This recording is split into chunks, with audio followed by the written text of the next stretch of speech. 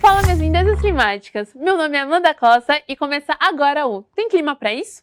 Nosso programa sobre crise climática na TVT. Pelo mundo, diversas manifestações sociais e políticas explodem conforme a crise climática avança pelo globo. Desde 2018, por exemplo, diversas cidades do planeta participam da greve pelo clima, idealizada inicialmente pela organização Fridays for Future, cobrando não apenas medidas para deter as mudanças climáticas, mas também maior participação social e política nos espaços de poder em diversos países.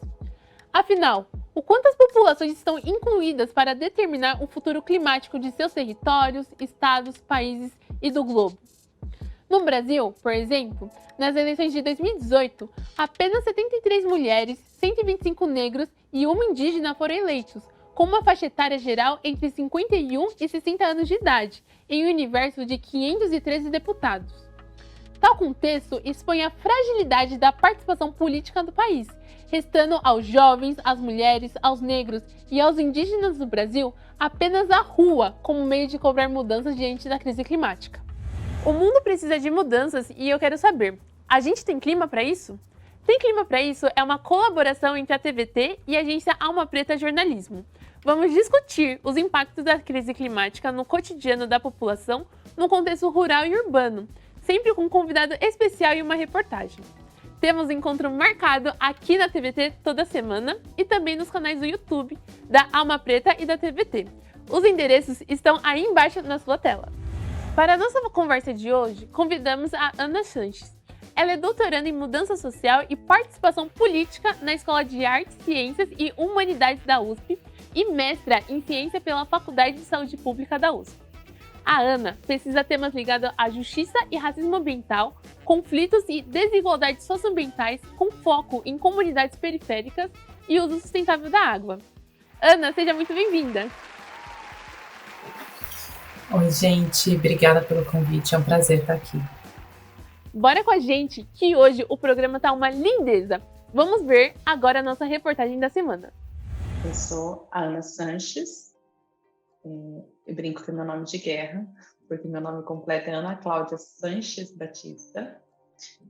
E, bom, eu me considero uma pessoa praiana, né, porque eu vivo na praia há um bom tempo, no litoral norte de São Paulo. Então, me considero uma garota praiana, barra caiçara.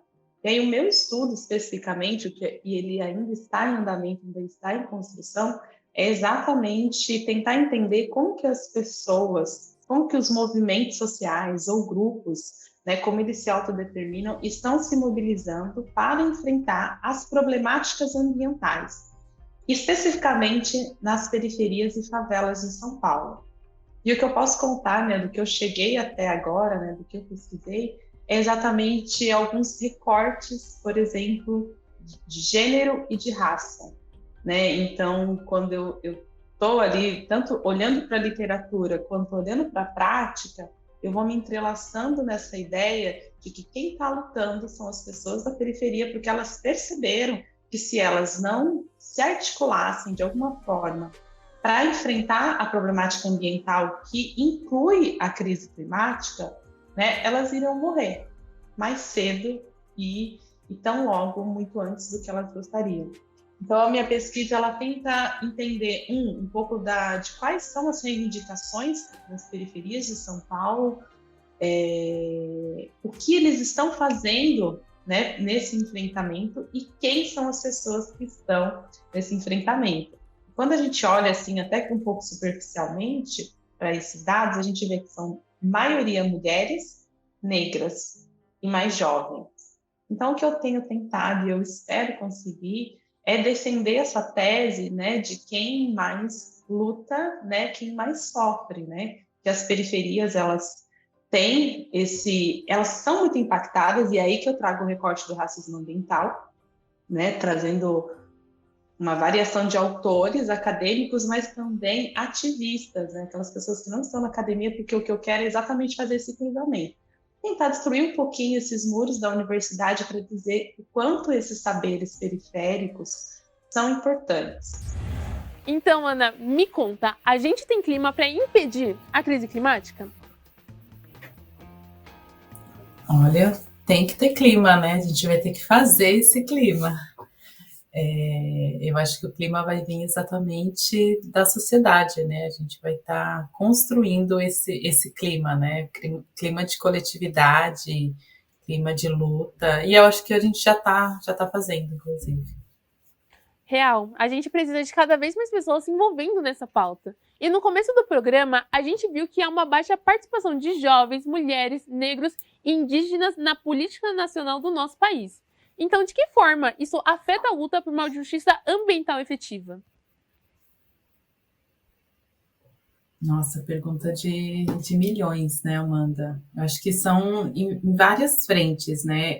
Acho que a primeira coisa, né, não ter pessoas que conhecem a realidade, né, das dificuldades, das problemáticas que a gente tem ambientais, que estejam lá nos representando, é uma grande questão. Ou seja, a gente tem pessoas hoje que votam, decidem, constroem políticas públicas sem uma participação popular e sem nunca ter tido experiências específicas com desigualdades ou com não acessos. Então, não ter um conhecimento da causa, né, implica com que as pessoas não consigam praticamente, né, assim, de forma prática, real e eficaz, construir políticas públicas, destinar recursos, né, mais específicos para onde precisa e como precisa, né, pensando que as deficiências e as necessidades, né, das periferias, das diversas cidades não são hegemônicas, né,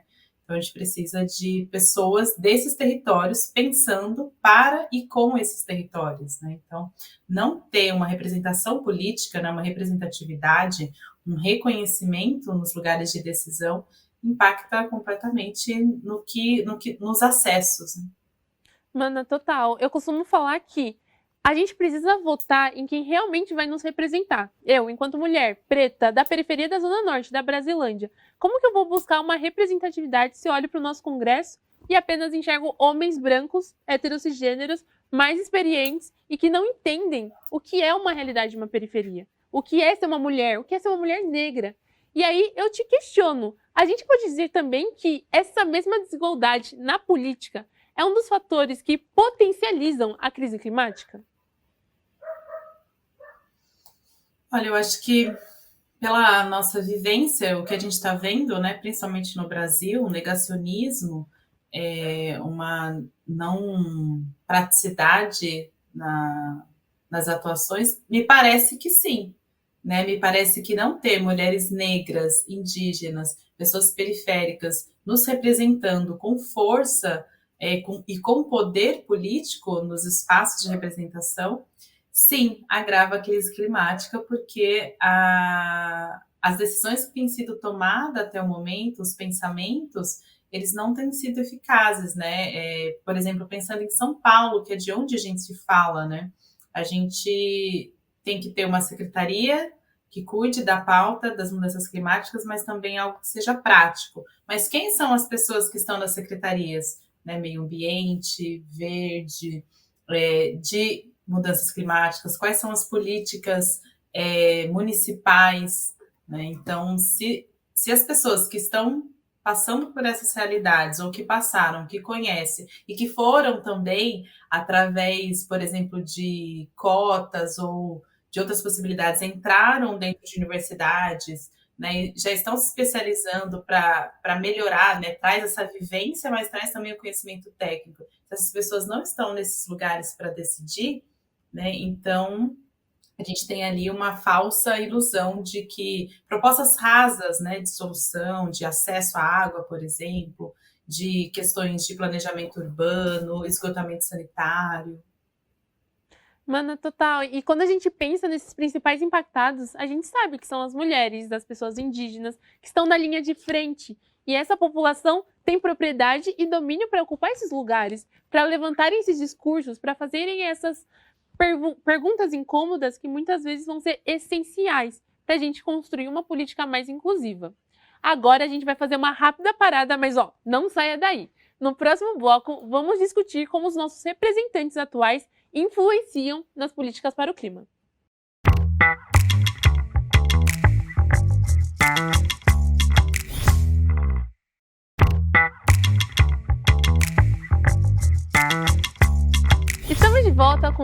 clima para isso?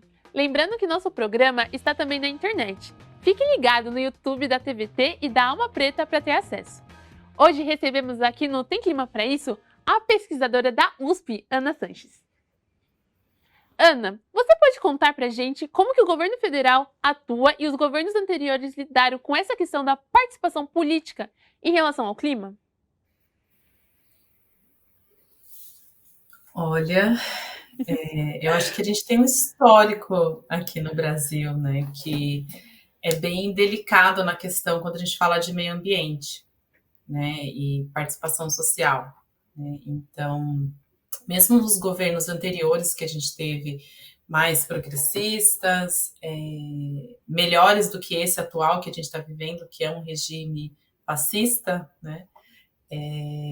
A gente ainda assim tinha essa problemática ambiental, porque o meio ambiente ele carrega ali consigo essa ideia de que ele pode ser usado para um desenvolvimento econômico, né, um desenvolvimento social.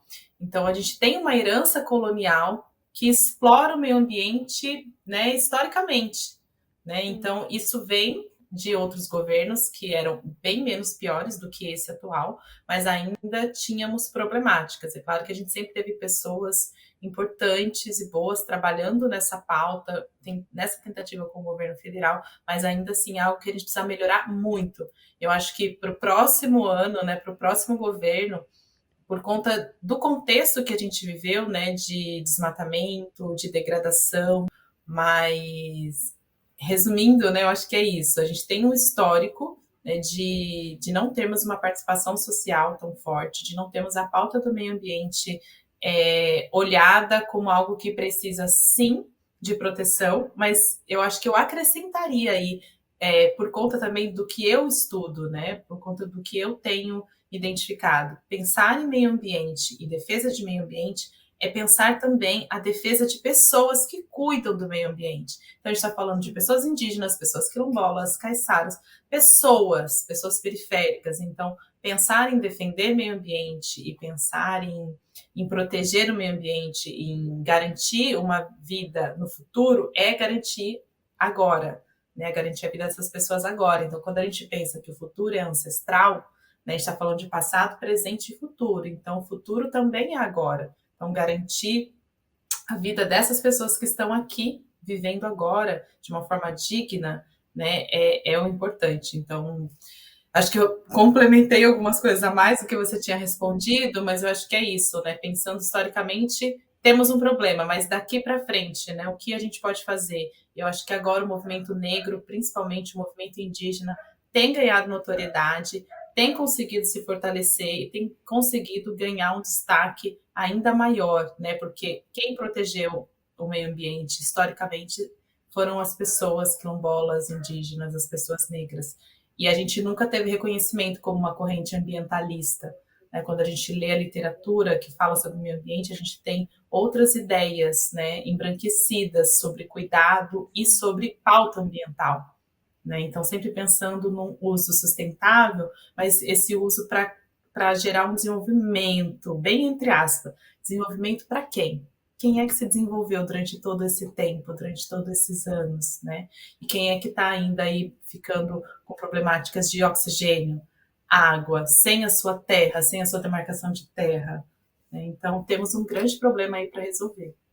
Ana, certa vez, uma grande pesquisadora aqui do nosso país falou assim para mim: Amanda, o primeiro caso de racismo ambiental foi quando os portugueses invadiram o nosso país. Essa pesquisadora é você, né?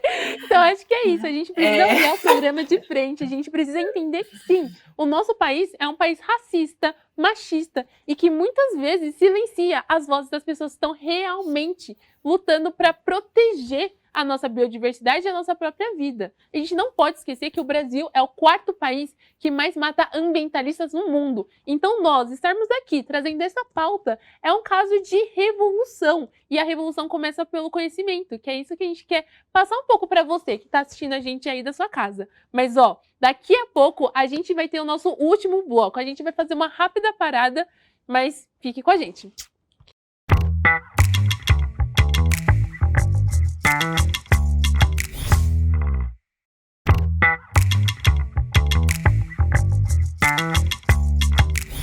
volta com Tem Clima Pra Isso? O programa que discute caminhos para entender e solucionar a crise climática e sua relação com as grandes cidades, o campo e a natureza.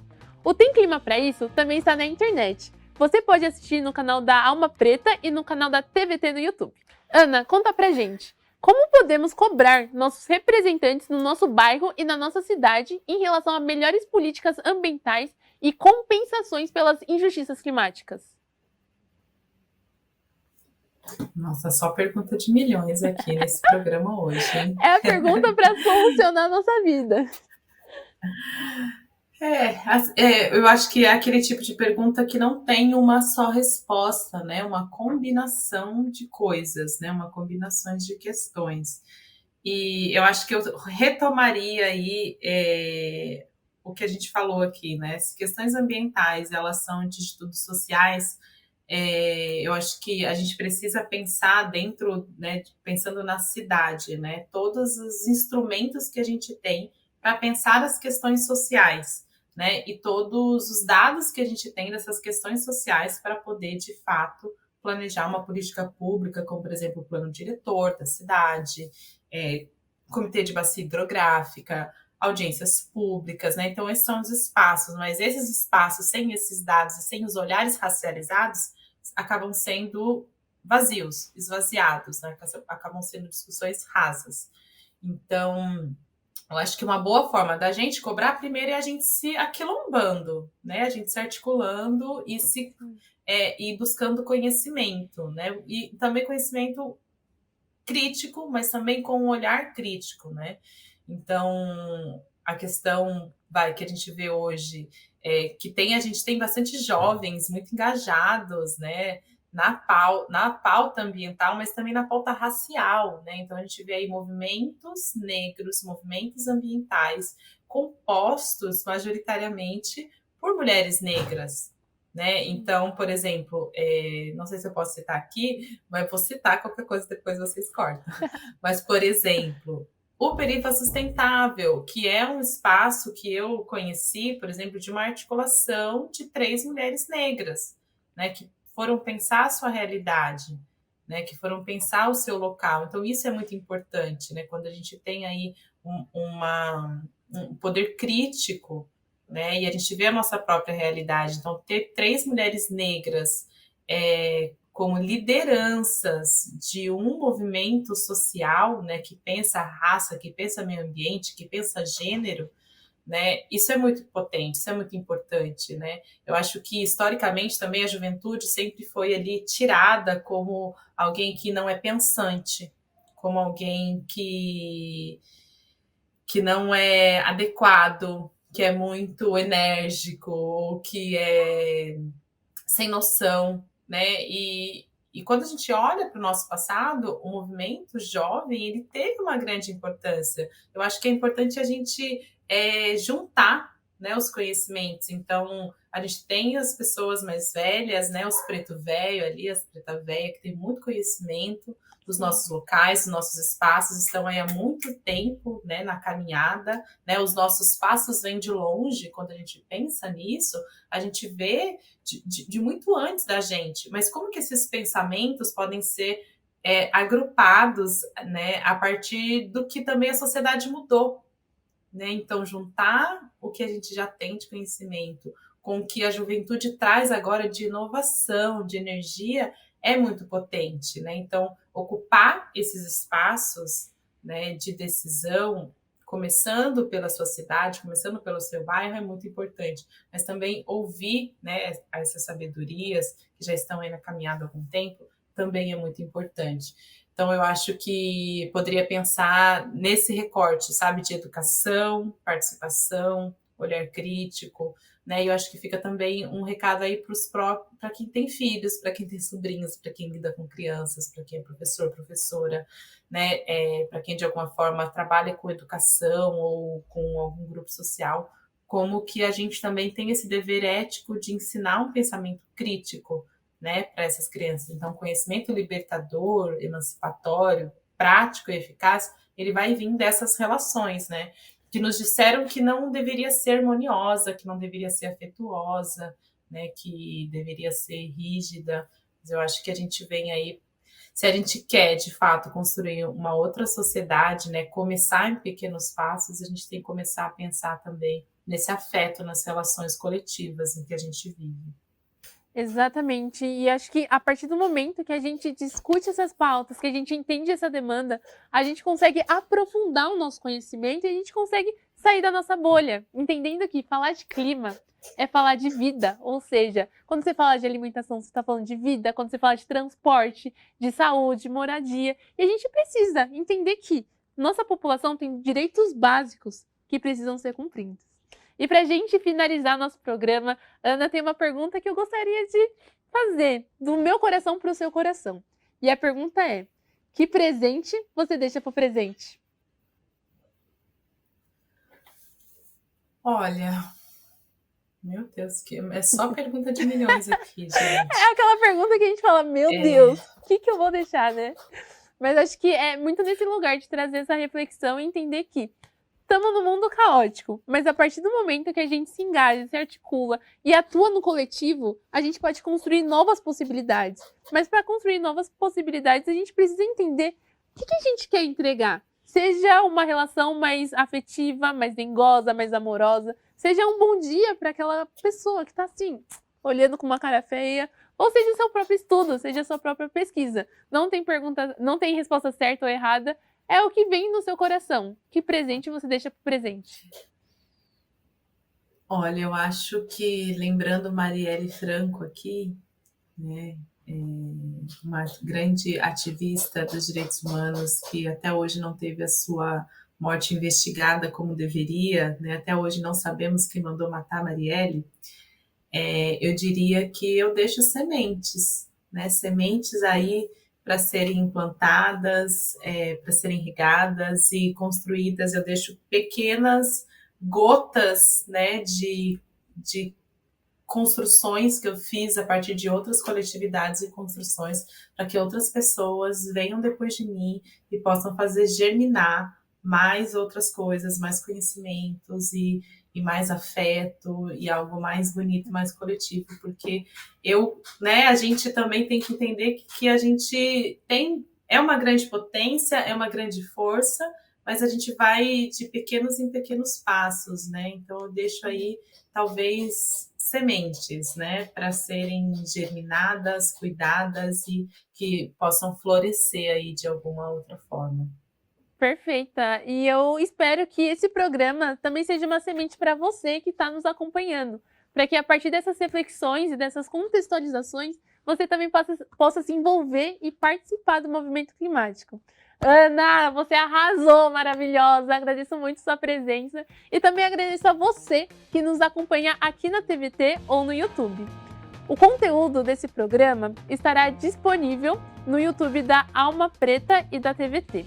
Compartilhe com sua família, seus amigos, aquele crush climático e contribua para o debate sobre a crise climática global. Esse foi o Tem Clima Pra Isso? Grande abraço, um beijo, minhas lindezas, e a gente se encontra na próxima semana. Tchau, tchau!